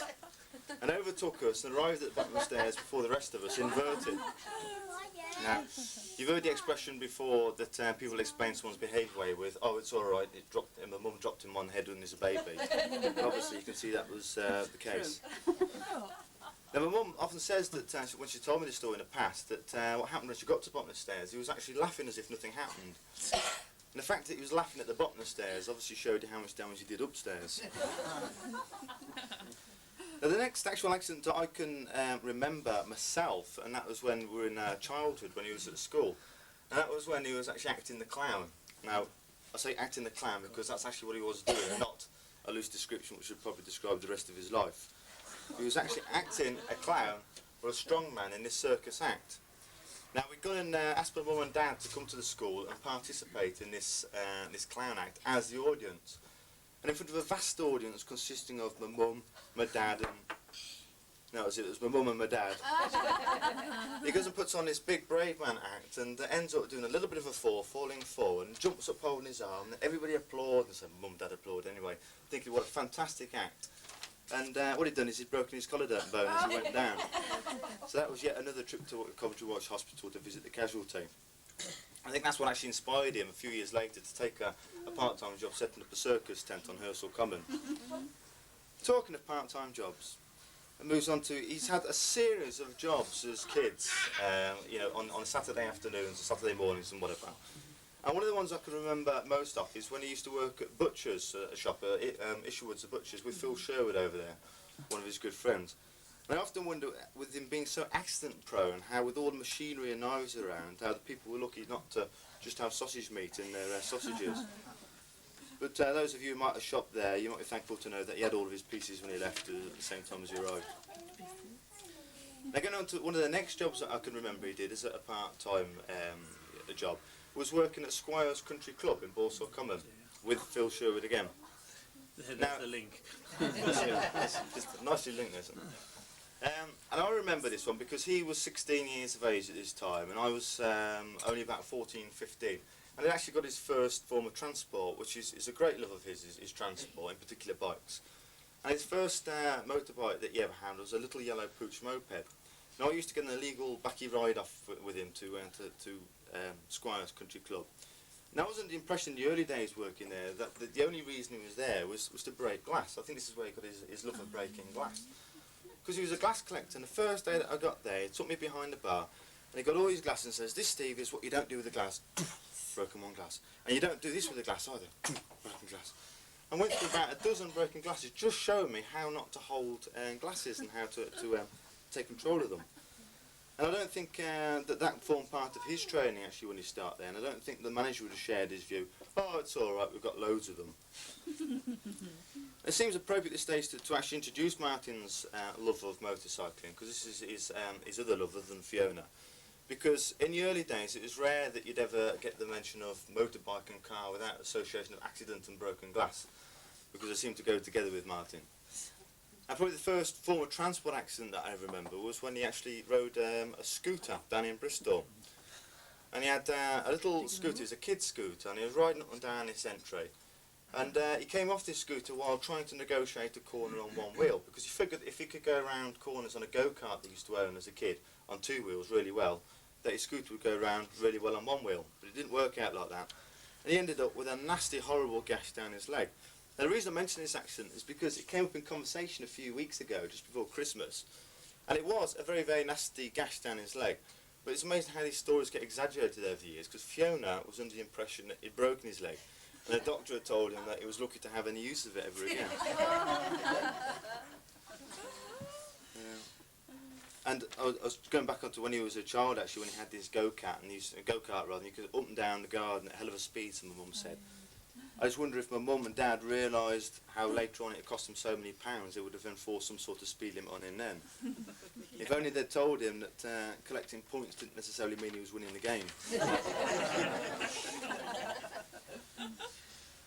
But bear with me now, I've completely lost myself here. I've skipped about 4 pages now. Right. Yeah, well, despite this incident anyway, he did develop a really good love for motorbikes and bikes. And one of the things that I could remember as a kid, he got a pedal cycle along with Phil Sherwood, and the two of them, all credit to them, rode down to Basingstoke and back. And then a couple of years later they rode to Newcastle upon Tyne and back, which is, is about 210 miles by car. But apparently only 140 miles by pedal cycle. Because if I remember right, he joined us in Yorkshire and pleaded with my dad to take him the rest of the way to Newcastle. And I can remember for mile after mile, just another mile, just another mile. They got off their bikes like this, having rode, on those, what do you call it, the racing saddles that was about as comfortable as straddling a broom handle. But I got this photograph while looking for some information for this speech of Martin and Phil up in Yorkshire, standing in their Bermuda shorts and baseball cap, with a map spread over the bonnet of the car. And on first impressions you think, oh, this is my dad meticulously telling them the route to go on up to Newcastle. But it was my brother and Phil negotiating with Dad just how much further up the A1 they'd actually take him. Far too many words here. Right. And to almost quote a phrase that Martin used at his, when he was a best man at Phil and Andrew's wedding, you can see with all that training he did in that age, he's managed to maintain his physique and his peak of physical fitness. Control it. But actually, the next progression on from his pedal cycle was to go on to his push moped, which I've already mentioned. What I didn't mention is one time when we went to Squire's Country Club is that he had his motorcycle stolen. And his thief actually got on a motorcycle and rode it round the car park. And the thief found it was quite easy to get the thing started and to motor along. But it wasn't quite so easy to stop it. I didn't know you had to pedal backwards on a push moped, to actually get the brakes to work. And it wasn't my fault that idiot had gone past his Triumph Spitfire here. And Phil will probably remember to drag the motorbike up with a seized wheel back up to the top. And I don't even think Martin realised that night that it had actually been taken. But anyhow, it wasn't long before Phil showed us how much easier it was to do about 9-10 times as much damage. About 7 or 8 times as many cars in the car. But that's another story. Anyway, from there he progressed on to a CD175 and then a Kawasaki, it was a Honda Super Dream, then a CX500, then a Kawasaki Z1000 shaft, then a Goldwing, then a BMW and back to his Goldwing. Numerous motorbikes over the year. And through those years... Still playing with the first. Sorry? I even got it. Yeah, well done. I said Martin's not unfamiliar with the police either. In fact, on several occasions he's been stopped. On more than one occasion he's won some points, as I said. And I remember one occasion that he was driving up the highway, not far from where we lived. And he's driving along on his motorbike, and he looks in his mirror, and there's the blue lights behind him. And like everybody, one of us would probably sort of like pull over and think, oh my God, look at the speed, don't come to a stop. Not Martin, no. He looks at his speeder and thinks, "Ooh, 65 in a 40 zone. He must be in a real hurry to get past." So he accelerates past this massive long line of cars and thinks, "Oh, we'll let them get off to their robbery, their burglary, whatever." Why are they still pulling in behind me? That was one of many occasions he actually met the magistrates. Well, despite that, he still progressed on to getting a PSV licence and an HGV driving licence. All credit to him. But it appears that the HGV and the PSVs are quite thorough, and when you get your licence, there's no doubt about it, they are very, very good at handling their large vehicles. But I don't know whether it's a fault of the actual training organisation or whether it's a training of the employers or what. But somebody along the line shouldn't be so presumptuous as to think that if they can handle one of these really large vehicles, that they can necessarily read a road map. Or even, you know, take notice of these big blue signs on motorways that say things like M1 North and M1 South. Because one day, this man, freezing to death on a forecourt up in some service station up in Yorkshire, waiting for Martin to deliver this coach, and he's happily bimbling along on the same motor in the opposite direction, 70 miles south of Coventry. And I remember when he was the best man at my wedding, he had the nerve to make some comment about some minor geographical error I made at the age of 8, and he didn't know that Yorkshire was to the north of Coventry at 25. But because they're going up to Newcastle for the honeymoon, they figured that they could spend 2 days finding out where it is. One of them is one of these little cockpit compasses. And I made sure it was a big one with an N in that direction, N for Newcastle. So if you ever get to one of these motorway junctions in Manchester, and you're not sure which way to go, just have a look at the N and which way the arrow's pointing, and take that one. Right. One of the other things that Martin's well known for, and I'm sure Fiona will agree, is his ability to reminisce. And he spends a lot of time taking Matt and Fiona all over the places to go over little incidents that happened in his childhood. He's been down to Cornwall, Lewin, Cornwall, to show Fiona where you got crabs.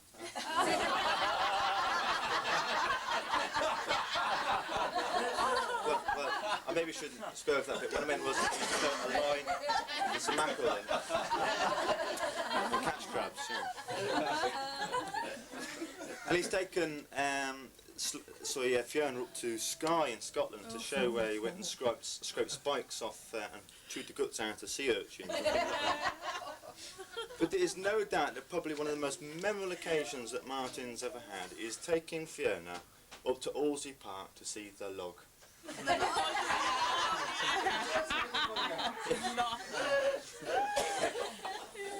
He took Fiona up to see a horrible, rotting, dirty, horrible tree stump that Martin and me used to play in as a kid. That's a treat for somebody from Willenhall. See you later. I like to sort this out later. Got a bloody crusher there, me duck. And yeah, when he got up there, Fiona described to me when he actually went up to show where this log used to be, that the car came to a screaming halt. Martin jumped out and off going skipping across the ground, going, "Fiona, the log, the log!" Disappearing off into the distance. Quite cool, isn't it? That's about it, yeah. I mean, you can imagine, I've got to be honest, when I first started going out with Sloane, it was one of the first places I ever took her. I've got to have been the first date, I think. But knowing how Martin likes to reminisce and everything, and how, he's no doubt when he gets to his child grows up, that he'll want to show his child where the log is. That with progression, the chances are this log's going to have gone. So Sloane and me took liberty yesterday to go out and take a piece off that log.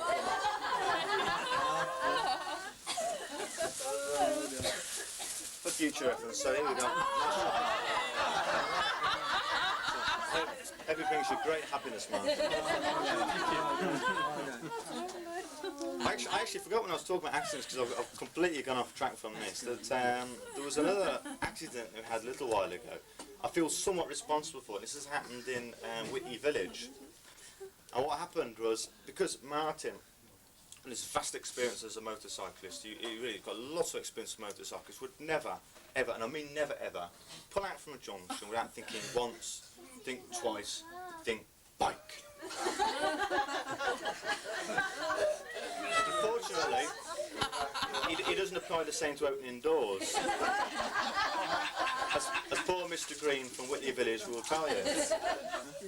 What happened, I drove him down to Whitley Village to borrow something, funny enough, as he mentions a little while ago, as he's driving up. And it left in a little crumpled heap on the floor. And anyhow, another thing that Martin's learnt over the years is never, ever worth not owning a fully insured vehicle. He had, unfortunately, Fiona was driving that vehicle and he got the one that wasn't insured and caused problems. But you can imagine Mr. Green how pleased he was to see that he got two potential witnesses, myself and Sloane. And you can imagine how disappointed he was to find out that we both had the surname as the driver. And at being policemen, we were always taught never to witness accidents unless we're the driver, so... Anyhow, going on to a little bit more reminiscing, I'm getting close to the end of the stories. Going up to Newcastle, Martin might reminisce on the times when as a kid we used to go up there, and we used to spend our time stopping occasionally at Grandma Potts, sleeping between two chairs. And every night, for some reason, I can't honestly remember how it started, it became a bit of a ritual for us at 10 o'clock at night, after news at 10 finished, to be given a sheet of newspaper. And we used to shred this newspaper up into little bits and feed it into the fire, for some reason, open fire. I'm telling this for Fiona's benefit, because when they go up to Newcastle, if you find that you can't get to bed after 10 o'clock at night, and a box of matches, you'll be quite happy. Right. Getting a bit close to the end now, but before, I've got one last story, which is really something quite recent, only happened a couple of months ago. But before I do go on to that last story, I'm just going to say that what Martin said was right before. As children, we didn't get on that fantastic well, probably like most brothers and sisters. But as he says, after we'd left school and after we'd moved to our own house or whatever, we have gone on far, far better. And I've got to be honest, he has been a very, very good brother to myself. Probably far more of a good brother to me than I have been to him. Whenever I needed to borrow anything or whenever I needed any help with it, be it labour or financial, he has been there, and all credit to it. That was genuine. Right. Now, the last story that I went on to is a little bit to do with his camera work with cable TV. Now, as a lot of you probably know, if not all of you, that he had a bad accident when he was in the fire brigade, and he's ended up not being able to carry on with his fire brigade. And a lot of people would have been quite happy to sort of like finish and have the pension and do a little bit of a job on the side. But Martin's gone on with his HGV work, and he's an electrician before, his PSV, and now he's working for cable TV. And all credit to him, I think it's great that he's gone on and done all these things, and it says a lot that he's got the determination to go on and do those things. But I asked him a little while ago, we're going into my actual office, we're going into what we call a Snowden initiative in June. And it's a sponsored event where we attempted to take up a multiple sclerosis sufferer in a wheelchair up to the top of Snowden in June. Now I asked Martin if he'd be the cameraman for me, which he's going to do. He's going to come up to Snowden with us and actually film us taking this chap up. Well, we went up a couple of weeks ago to actually see what the task was in hand. Now Martin was ever so ambitious and he wanted to go up and he was going to carry the camera all up to the top, but this time he thought he'd go up and just try to take himself and a Nuttall's Minto, I think was what he took up in a day. I remember on this day we all set off dead early in the morning. We got there actually at Snowden about 10 o'clock. We'd all got into our gear. Martin and me had got our brand new boots we'd put on. Martin's been luminous, by the way, purple and green for some reason. I don't know why I got them. We set off up this mountain and we were all sort of like dead keen, you know, sort of like looking out for the mountain ahead, thinking what a great day this is going to be. And within 10 minutes we've gone up this steep incline and nobody's talking anymore. Everybody's just sort of We actually reached this long, slow incline. People started to chat again. And I remember looking forward and seeing this massive peak that going up into the distance and thinking, thank Christ we're turning off before that and going around the shallow part around the mountain. But no, we didn't. We started going up this massive peak, which is where we were going. And the line started to get thinner and thinner and thinner, and Martin got further and further back. And we really started to get spread thin. And I remember the last thing I see as you're going into the cloud was Martin at the back, sort of like still going on with his brand new waterproofs and his luminous boots and his cloud of steam now, and he's sort of like determined, carrying on like this. And then, yeah, after we got into this cloud, all I could see was just a few feet ahead of me, and eventually we got up to the top about 20 minutes or so later. And one by one, these people started coming up out of my group, managing to get to the top. And there was an increasing distance between the people. And the last one but one was my gaffer walking up, and he's 50-odd years of age, and he gets up to the top. And I see him walking over with his legs buckling, covered in sweat. I'm getting a bit concerned now, because I thought Martin was actually with this chap before he, went into the cloud. And I said, says, "Where's my brother?" He says, "What are you seeing?"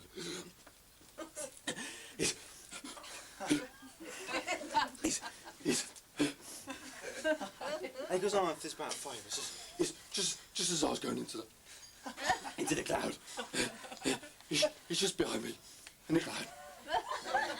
And he stops. Hang on. He stops and he turns around. And he starts walking away. And he says, I'm going out and maybe gone some time. I thought that was going to be the last time I actually saw him in the famous boat from Titus, but all credit to him, he did arrive there about half an hour later at the top, but I was absolutely amazed that he actually got up there, and I think that was good. I don't know how he feels about going up with a cameraman on a day, but maybe I shouldn't say this. It isn't really that steep. It was just that I was feeling a bit tired on the day. 8th of June, Paul. Anyway, that's about all I've got to say about Martin. Now, I'm going to make a toast in a minute, but I don't know. Principal. But Mark and Phil might generally want to say a few words. In fact, before we go on to toast, I think Mark's got a story about when he was in the fire brigade, because I completely... Oh dear me. Take it easy, boy. Okay, Mark. Just the one story, remember the one, yes? Well, Okay. just a very quick story. I'm not going to come into camera because no one can see me from here. Besides, the light just shines off and it blinds all in it. But this is just a little bit of background of Martin's flaming history. And it was just one occasion, and it was a road traffic accident, and some of you may have heard this, but we turn up 2 machines, a road accident has happened, 2 cars are smashed. Everybody jumps off the fire engines, look around for a job to do, obviously find out the casualties, find out the extent of the incident. Martin's doing the business, sort of looking around and finding out who needs attention and who doesn't. But the incidents are sort of 15 minutes into the day, and Martin goes up to the station officer with a shoe in his hand. And he said, well, obviously, I've just found this. It doesn't fit any of the people that we've got in these cars. So the station officer immediately sends Martin off looking around the hedges because people, you know, can get thrown away from the incident, sort of thing. So Martin trots off down the road, both sides of the hedges, and looks around over the hedges in the fields and all the rest of it.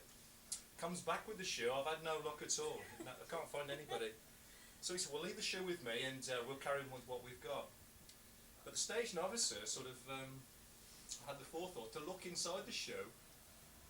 It said pots.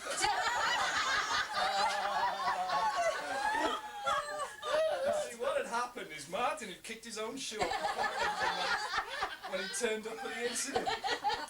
And probably kicked it away from him and then picked it up.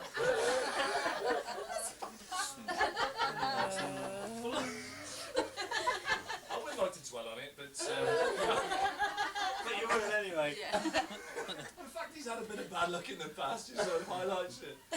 I'll just probably pass on to Phil, who's no Martin Foley. I'll pass you on to Phil. Well,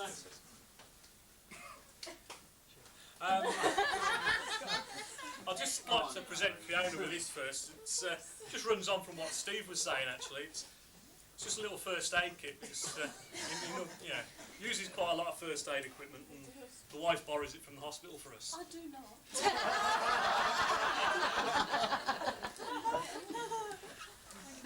Take care of him. Cheers, Phil. Thank you. It does actually seem quite appropriate. He does get a first aid kit, because if I had props of something Martin's life, it would just be a bag of broken glass and a few bandages. I wish I'd spoken to his 2 Danny before I'd actually written anything down on paper, because he's got a lot more. I was asked half an hour ago just to say something. Yeah, apparently he ran over a Rottweiler dog. I didn't realise this. As far as I'm concerned, that's magic, that is. The bloody thing got up though. And I'm stuck in the car. And I don't know how, but my wife tells me, and I don't know where she heard this from, that apparently one Christmas they went and ran out of Christmas lights in a village where Martin took a detour in his coach. Took all the Christmas lights down in the village, but I've never heard that. Sure. But anyhow, I'll just read a few cards and then I'll make a toast and get off and leave you alone. But these are the ones you want reading, is it? Yeah. Okay, it's just a few cards. Any of them with it. Wishing you both every happiness for the future, Anne, Tony and family. Oops. Wishing you all the best for the future, love Brian and Joanne. May all your children grow up to have web feet. Mr. Green, Whitley Village.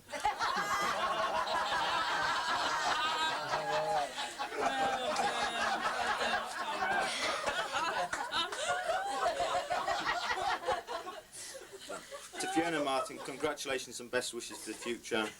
We all love Auntie Anne, Uncle Bernard. I better pick that one up and read it again, just in case somebody wanted that bit out. To Fiona Martin, good luck for the future. Love Deborah and Richard. To Fiona Martin, best wishes from Olive and Brenda. With many good wishes to you both, God bless, from Eunice Lowndes. Ah, that's one of these ones I didn't know. To Martin and Fiona, congratulations from Sandra and Neil. And lastly, to Potsy and Fifi, have a great day from Martin. Kiss, kiss, kiss for Fiona. I've got an arrow there. Okay. I'd like to just emphasise that I do wish them all the happiness for the future, a long, happy life together. And I do wish them all the best. I'd like you to all join with me with a toast. To Martin and Fiona. Thank you. So unless anybody else is going to say, I think it's now time for Tom's sing-song, wherever he's gone. Oh, has he disappeared, has he? The David Perry. I don't know that one. I'll say perhaps Elaine would like to say it. It's a very unorthodox one. Do you want to come around here and say a few words, Elaine? No, we'll leave it at that, I think. All right. Okay. Cheers. Thanks a lot, everyone. Thank you.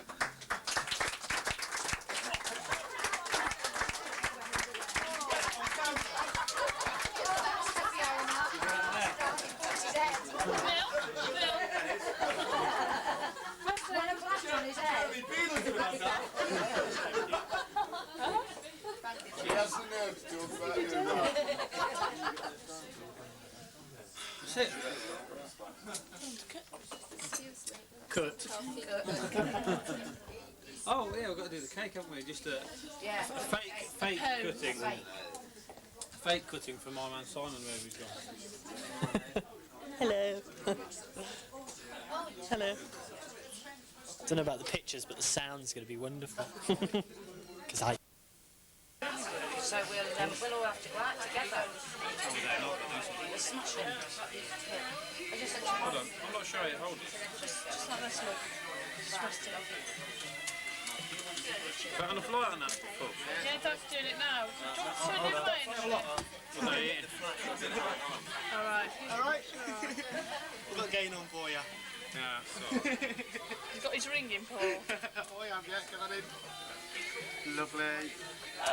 Might be alright with the game, I just like a nice shot over, that was all. Dad, do you want us to come the other way for you? I'm okay. I'm okay. Sure. We'll probably have it tonight as well. Thank you for saying so. Right then. Can I get me dinner now? Yeah, fine.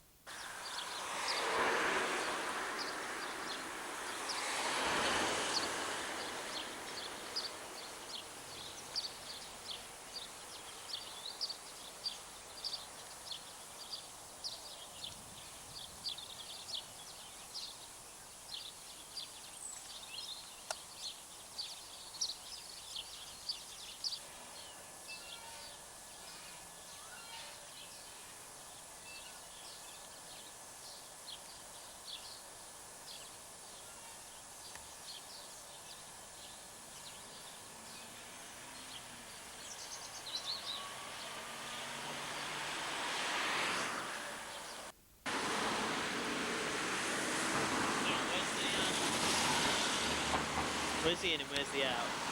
Look. Yep. In there. Out. There.